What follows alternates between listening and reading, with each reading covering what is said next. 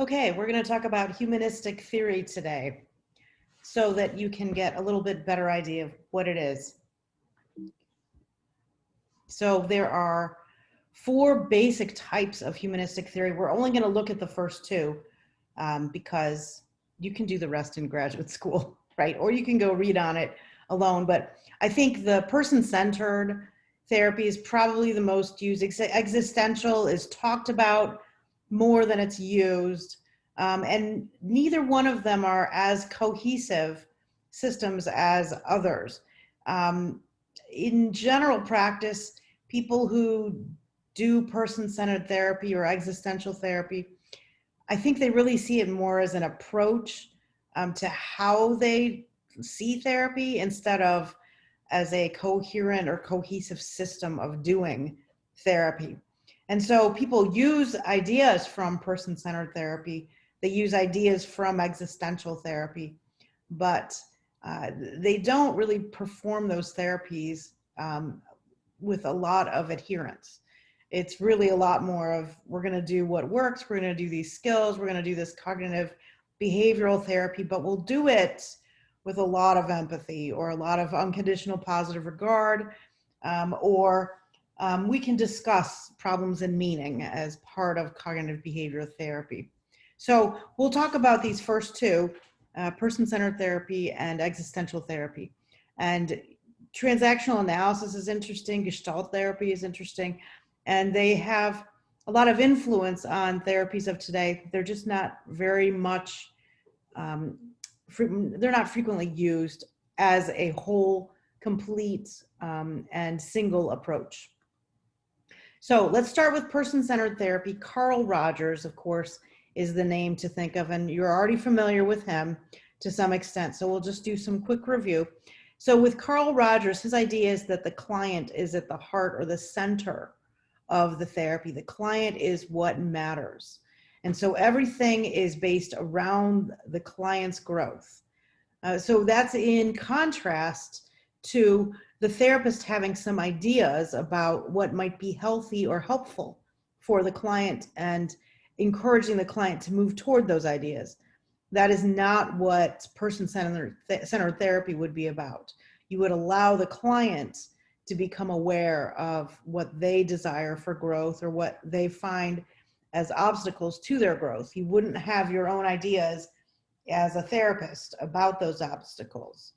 And so perhaps you could see some implications, potential problems for this if you have clients who are unaware and or refuse to be aware. Are they going to be in therapy for years? Are you going to be doing unconditional positive regard and empathy and reflection for years while they discover or figure out eventually that they're maybe an alcoholic, or they can't stop cutting, or they are addicted to feeling suicidal, or any of those things? Only the client can solve the obstacles. Well, that in some ways is very, very true. Only the client is going to solve the obstacles. I personally like a little bit more input into helping the client with seeing the obstacles and with solving the obstacles instead of sort of like letting them dangle. And so this to me feels a little bit like letting them dangle. And I think the whole person-centered approach is one that works well with people who are already pretty functional and who have a love of insight and pondering things. Anyway, Carl Rogers was raised fundamentalist Christian and rejected that. And for the rest of his life, he called himself a liberalistic humanist, and definitely not a Christian. So that I find interesting in the sense that some of his ideas are a little bit reactionary to what he considers prescriptive religion. In other words, religion that tells you what to do. He's very against somebody else coming and telling you what to do. He's very against religion coming and telling you what to do. There should be no shoulds at all. The only thing that is true is what you want inside you, what your aspirations, goals, and dreams, what you feel is your truth. And so that is a beginning. We'll talk about him for a number of other more no, number of more slides. That's not correct grammar, but you know what I'm saying. Okay, so here are some key values. And I think a lot of people will agree with these because they make sense. You know, people are whole, they shouldn't be reduced into components. And so I think you would look at trait theory and think, well, that's not really satisfactory. A person isn't like 37% introverted and they're a whole person. Self-report will trump direct observation or objectivity. That's an interesting thing there. And so if you have somebody who comes and says, this was my experience, that is the truth for them. And objectivity, facts, they just shouldn't get in the way of your self-report. Your intuition is how you get insight. It's not about facts. Again, it's about your intuition. Rationality is not king here. Intuition is. And so your dreams and your goals will tell you more about a person than will the person's history or biology, because this is about what's inside you coming forth. It's not about your history of trauma or your history of being bullied. And I guess I'm saying kind of the same thing. It's not about your history. It's about your dreams and your aspirations, your goals. He does say people connect with choice, freedom, and responsibility. He's a huge believer and supporter of those ideas. You're not just reacting to the world, you are choosing your actions. And in that sense, your experience in choosing is part of what helps you grow, but also your experience is your ultimate authority. So research is not an authority. God is not an authority. Your experience is the only authority. Here's the model of personality. We have everyone wants to develop to the fullest. They are impelled to a growth mindset. If you have met people, I have met people, and I don't believe everyone is interested in wanting to develop to their fullest.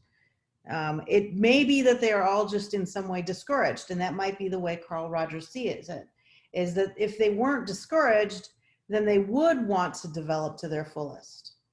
And I've thought about this quite a lot, and I would love to hear your thoughts on if you think that people everywhere are all interested in the same kind of way in growth, and they all want to progress, they all want to become more and do their best. Is that true across the board? And if it's not, then people are just only discouraged, or are there some people who just don't care? So interesting thought there. It's something to really look into as you think about the nature of human beings. That's an important aspect of it.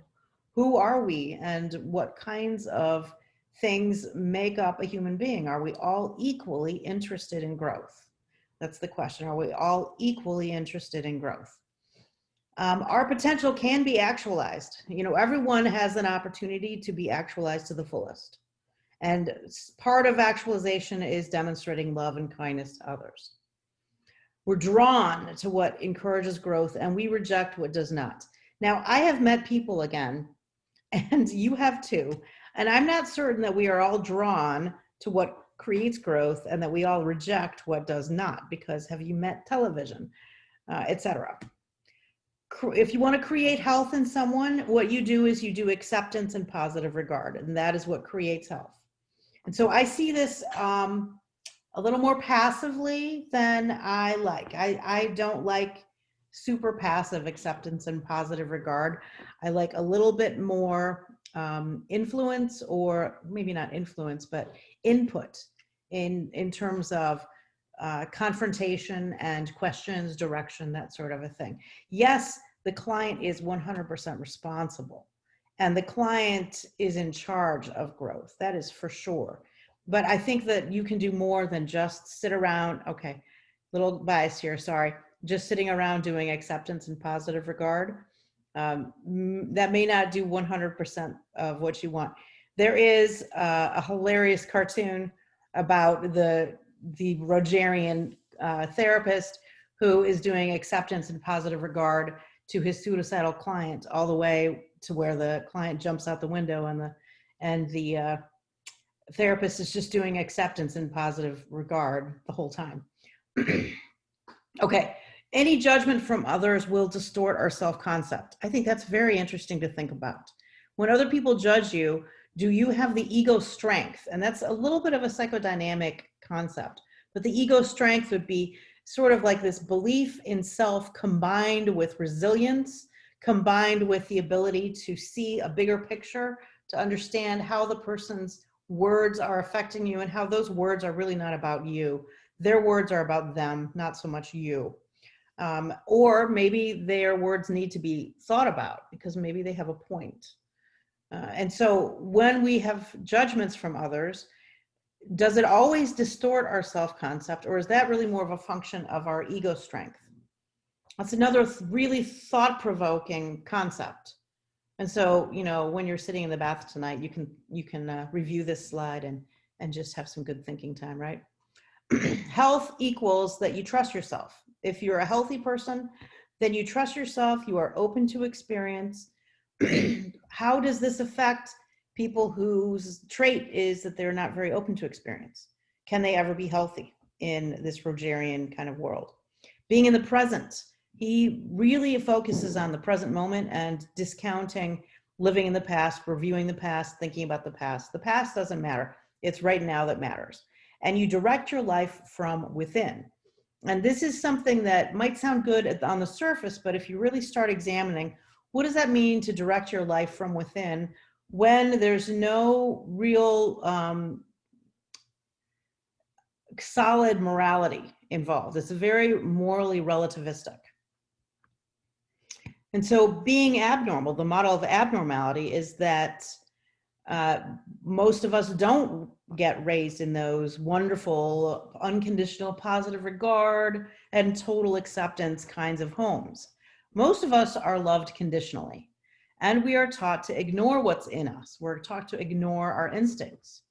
And so Rogers would believe that our instincts are going to lead us to better things.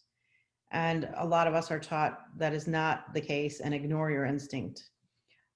If you've ever hung out with 2-year-olds or 3-year-olds, you might wonder about this. Rogers really felt like Christian discipline was disrespect. And so this idea that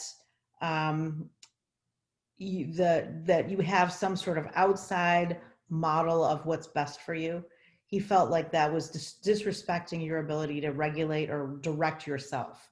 And so he's very much a fan of self-directedness, and that you must not deny the self, whereas Christian discipline would say you must deny the self. So there's a fair amount of pushback against his experiences being raised as a fundamentalist Christian.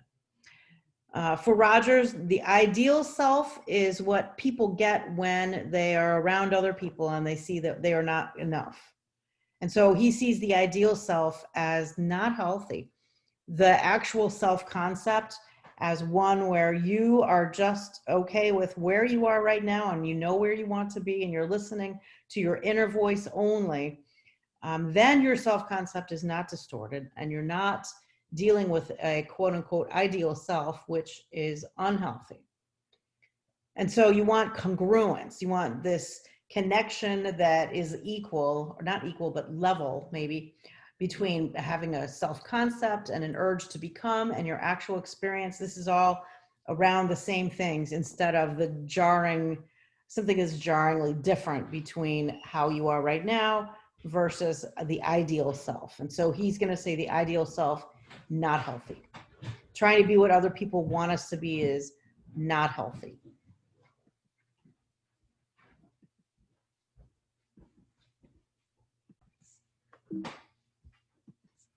Okay, so for healing, what happens when you're trying to do healing as the therapist is you're just doing a lot of positive self-regard, or I'm sorry, positive, unconditional positive regard for the client. For the client himself, the client does positive self-regard.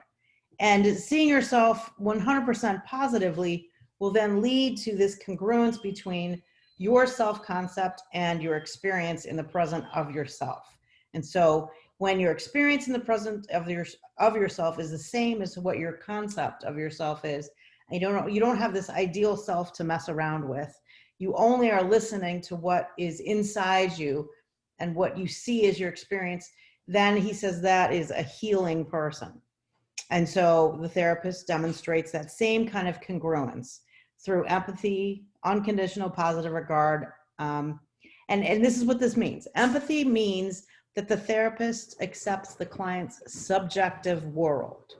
So the client comes in with whatever subjective world they have, and the therapist accepts it.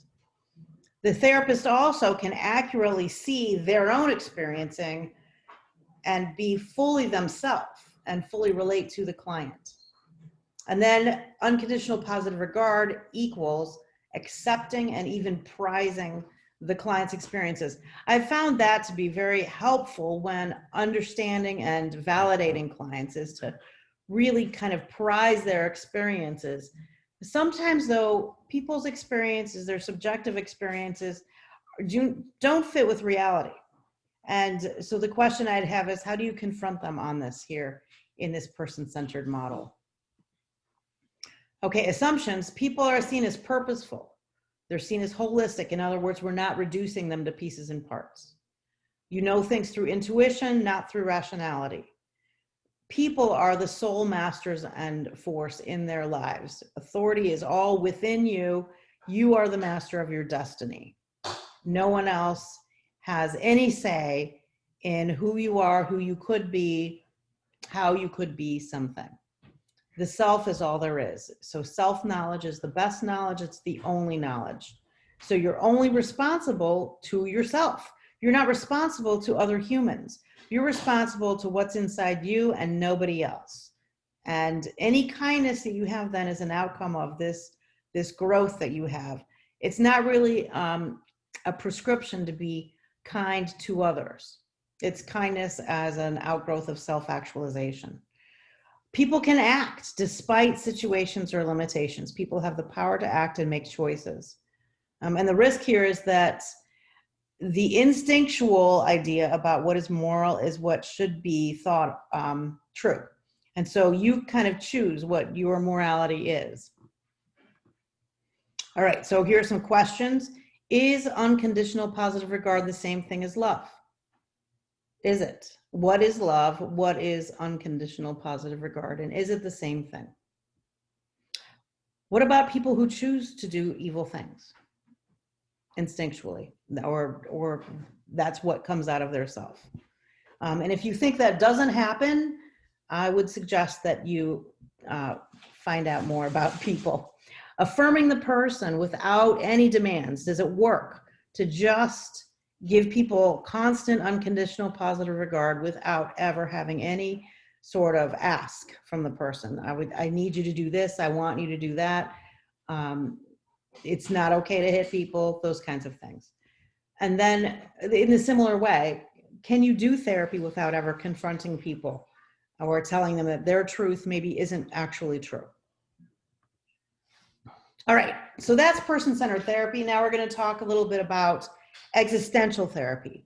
And the two main people to talk about here are Soren Kierkegaard and Viktor Frankl.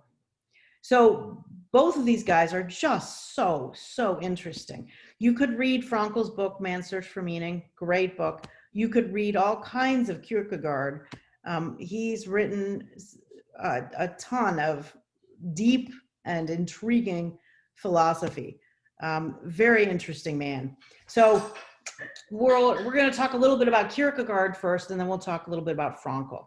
But existential in general focuses on the concerns of existence and meaning. And so it's not really a solid thought out theory like again, behaviorism or psychodynamic therapy or theory. It's sort of like it's an approach. People think, oh yeah, those are existential concerns. And so let's address your existential concerns. But people don't generally use existential therapy as their entire mode of therapy, like I was saying before with person-centered therapy or in general humanism. It does leak into many other approaches.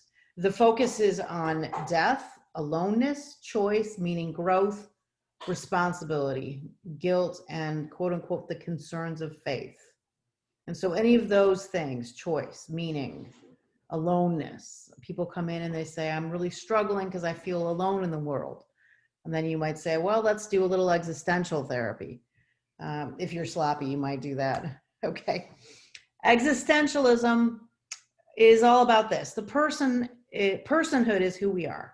Personhood is also who we should become. And so you can see a little difference here between this and person-centered therapy, where there's no should in terms of becoming in person-centered therapy, but there is according to Kierkegaard. So Kierkegaard is really quite different from Carl Rogers. Kierkegaard was an all-out proclaimed Christian and very much set himself in terms of his faith in God, and this existential therapy a la Kierkegaard is very God-centered. And so he says we should become, there are things we should become. We have to act in order to create ourselves. So behavior creates who you are. We have effortful deciding. I kind of like those terms, in order to author our lives. And that is very appealing to a lot of people too, that sense of authenticity that comes from effortfully deciding to author our lives. Struggling with limitations, that's part of existentialism. It's a big part. We kind of talk about it. This is the truth. And part of existentialism is just kind of accepting that there are truths, and one of them is that we all struggle with limitations. We all struggle with the limitations of mortality. We all have failings. We all have faults. And so Kierkegaard says all of these things create tension, and that in dealing with that tension, you can either totally live a cop-out life where you are just kind of living a life of fantasy and dreams and you're not really connected to what reality is. I think people do that. You can give up your dreams as opposed to the fantasy life. You can give up your dreams just to take care of the necessities. So you're like, okay, well, I just have to go to work and pay the bills, and that's what my life is. And so Kierkegaard says both of these things are failures to become a self, or he doesn't use the term self-actualize like Rogers does, but you could see kind of a similar thing. If you're either copping out by living a daydream life and distracting your whole life, or if you're just sort of saying, well, I have to give up all of that idea of growth because I have to pay the bills. Either one of those, he says, you're a failure to become a self. And so the goal here is become a true self and choose good in relationship to God. And so this is a central belief and idea here in Kierkegaard's existentialism, which is that you are in relationship to God, not just you are there and God exists. It's you have a relationship to God, and your relationship to God is the context in which your life is lived. Your relationship to God is the context in which your life is lived. Kierkegaard also talks about the importance of anxiety. Becoming your true self begins with anxiety. And so if you feel like you struggle over much maybe with anxiety, this might be a little comforting for you. Kierkegaard says anxiety is important. Anxiety is a result of making choices. And so he's normalizing anxiety. He's saying, of course you feel anxious. You've been making choices, right? And so every time you make a choice, it creates anxiety because of this tension. There's no pat answers. It's hard to do. There's a guy named Erich Fromm, also kind of existential and a little more humanistic in his approach to things. Really interesting writer, again, Erich Fromm is. And he talks about the only sane kind of way to live is by acknowledging that you have anxiety. I'm really paraphrasing, but he has a beautiful quote, and I'll put it in your, when I get to it, I'll put it in your pages so you can read his quote about how it is normal to have anxiety. And if you don't have anxiety, you're not paying attention. That's my version of his quote, okay? So anxiety is the result of making choices. It's normal to have anxiety. If you don't have anxiety, then you're evading or you're refusing to make choices. You are not a genuine human. You're less than a genuine human. And this leads to despair, this refusal to make choices. Makes sense. I think that's pretty compelling too. So Kierkegaard finds that you've got stages in your life, that you move through. And this is a little bit, you can a little bit compare these to Kohlberg's moral stages. If you think back to Jen Psych, Kohlberg talked about different stages of moral development. Well, Kierkegaard's stages are your first aesthetic, which is you want it your own way. That's the aesthetic. You want it your way. The next stage is ethical, where you have a commitment to guiding principles. And he said it is the third stage, religious, the religious stage, where you have a trusting personal relationship with God. Again, the relationship piece, not just acknowledging that God is out there, but having a trusting personal relationship with God is that third stage of growth. Becoming transparent is another thing Kierkegaard talks about. And becoming transparent is sort of like, in a way, you could think of it as becoming extremely or very healthily self-aware. In other words, you're fully aware of your tendencies to deceive and deny, your tendency, your propensity in self-deception, and your tendency, your propensity to be in denial of things, of important truths, things about your relationships, things about your work, things about yourself that get in the way. So Kierkegaard would see our modern secular existentialism as despair. So existentialism now is very much not the same thing that Kierkegaard proposed. At this point, it is very much secular existentialism. And so you have to read Kierkegaard as without God, which makes no sense at all. You just really can't do that. And so you kind of have to throw out Kierkegaard and then just keep the rest, which really leaves a lot to be desired to my thinking, because it's hard to make sense of what Kierkegaard is saying if if God isn't in it. And so modern secular existentialism, he would say, well, that's the same thing as despair, because you can only make these genuine decisions about yourself, again, in the context of that relationship with God. And so choosing who you are as a self without God is just doesn't even work.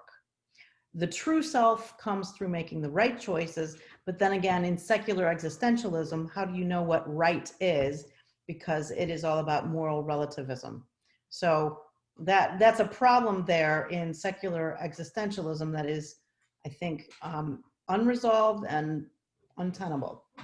So existentialism, according to Kierkegaard, is you would become the person that God wants you to become. Existentialism, in terms of secular existentialism, is, I don't know, become the person that moral relativism would want you to, then it becomes a little closer to the person-centered therapy of Carl Rogers, where you're only listening to your instinct. What is your inside? What do you want in here? And there's no outside truth at all. Okay, last we're going to talk about Frankl. Viktor Frankl was in the concentration camps in Germany during World War II.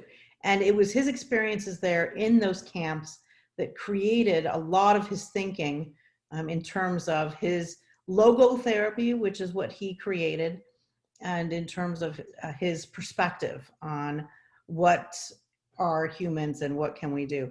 He believed that if you have a purpose or meaning, you can endure and grow no matter what. And he said, he gave examples of when he's in the concentration camps, and he would look at people going through unspeakable horrors. And he would look at their faces or look in their eyes, and he would think, you always have a choice. People can do all kinds of things to you, but you on the inside can always choose how you manage those things. How do you tolerate them? What do? You can still choose. And so he found that if you have a meaning, there are people who still believed in certain things and set that as their meaning and didn't give up. And he felt like they would still endure. The people who gave up on meaning and just let themselves feel like nothing mattered, then this is what resulted in anguish, languish, apathy, and despair. So Viktor Frankl felt that everyone has a drive to have meaning in their life. He called that your will to meaning. And so kind of like Carl Rogers saying everyone has a drive for growth, Viktor Frankl would say everyone has a drive to create or have a meaning in their life of some sort. and we all have individual responsibility for life and direction. And so you see one of the commonalities in these humanistic approaches is this individual responsibility. Frankl believed people had three different aspects to them. You could think about the psychological person, you could think about the somatic person, that would be the body, right? And then the spiritual aspect of the person. And your problems could be either psychological or they could be problems of meaning. And so psychological problems might be more typical kinds of things that you might take to a therapist. Problems of meaning, of course, are the things we talked about, what existential therapy really specializes in: aloneness, guilt, that sort of thing.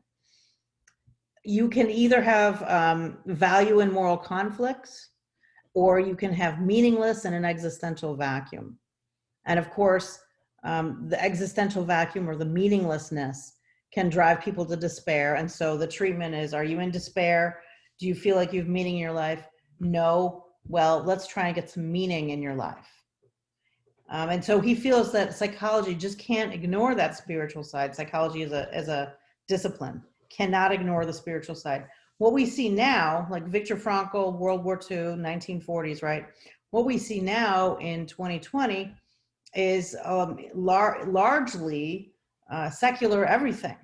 And this idea of the spiritual side is seen very differently as the idea of a spiritual side would have been seen in 1940. Frankl did come up with a technique called paradoxical intention. And so paradoxical intention is where he would ask people to do that one thing that they're afraid of. So maybe they're super afraid of public speaking. And so they worry about it, worry about public speaking, and they avoid it, and they're obsessed about it. And what if somebody asks me to? And so he'll say, just go do it and let the chips fall where they may. And so that will give you a sense of control. And so maybe this is a great example of how the theory drives the explanation of what happens. And so you could have two clients who go and do public speaking, let the chips fall where they may. One of them gets better, and the therapist is an existential therapist. And he says, well, you did this paradoxical intention, therefore you feel like you have more control, so you're better. And the other client does the same thing, feels better, goes to the therapist, who is a behaviorist. And the behavioral therapist says, well, you did exposure, and so that's why you're better. You did exposure. So just, notice this. Sometimes you're doing the same types of activities, but based on the therapy or the theory, the personality theory behind it, it may be interpreted or explained in different ways, although both of them kind of create feeling better. Kind of like a placebo often creates feeling better. But the explanation is, well, it's a placebo instead of an actual active ingredient. These days, of course, we are now finding that placebos are more effective than they used to be, which is super interesting. And secondly, with the body-mind connection, there may be no true placebos possible. So for existentialism, you're looking at your life, you're asserting that there's a value that's worth living by. You want to bear your suffering. How can you better bear your suffering? You're taking radical personal responsibility.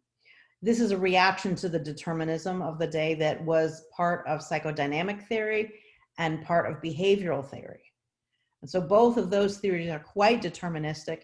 And so humanism, existentialism, and person-centered therapy both were very strongly invested in radical personal responsibility.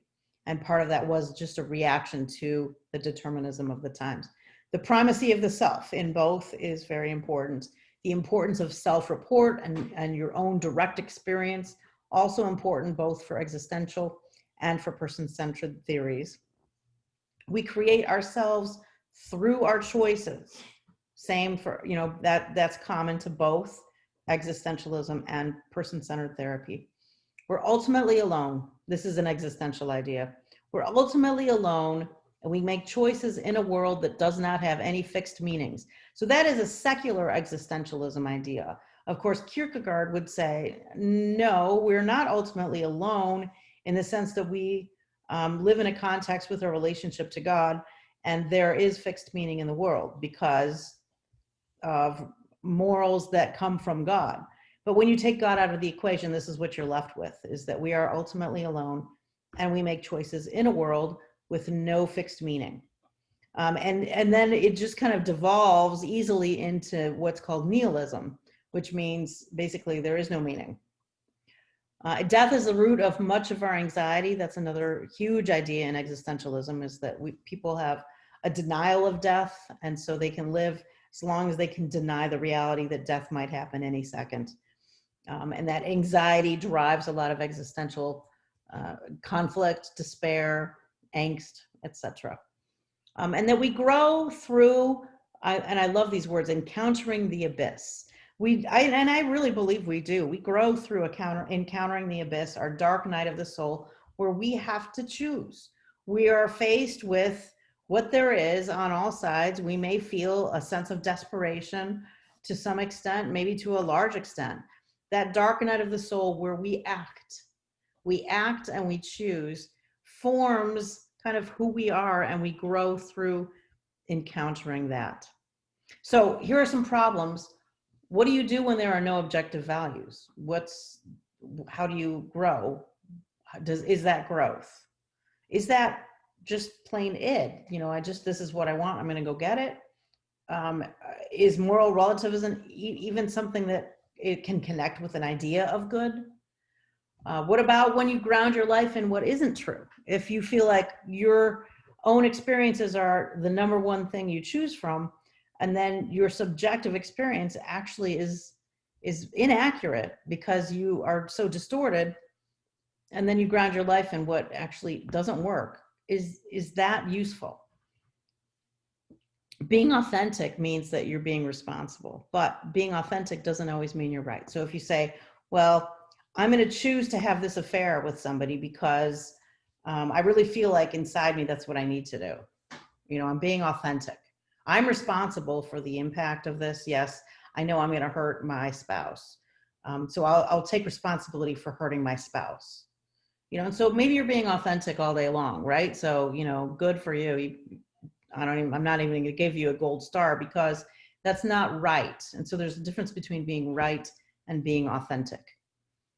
This idea of we are whatever we act to be, to me, again, that just seems like a lot of drivel. But your mileage may vary, right? You limit your possibility, your awareness of possibility for your life when you believe in moral relativism. This is what I think. You're limiting what you can do. If you're only looking at moral relativism, you are limiting your possibilities. And then you want to ask, is the truth already inside you? Is it always completely inside you and all you have to do is unfold it? Or might there be truth outside you that you have to learn how to recognize? That's another important question. So that is our lecture today on more on humanism, so you understand it much better than the book kind of gave you in terms of the information. And so think about these things, and I look forward to seeing you soon.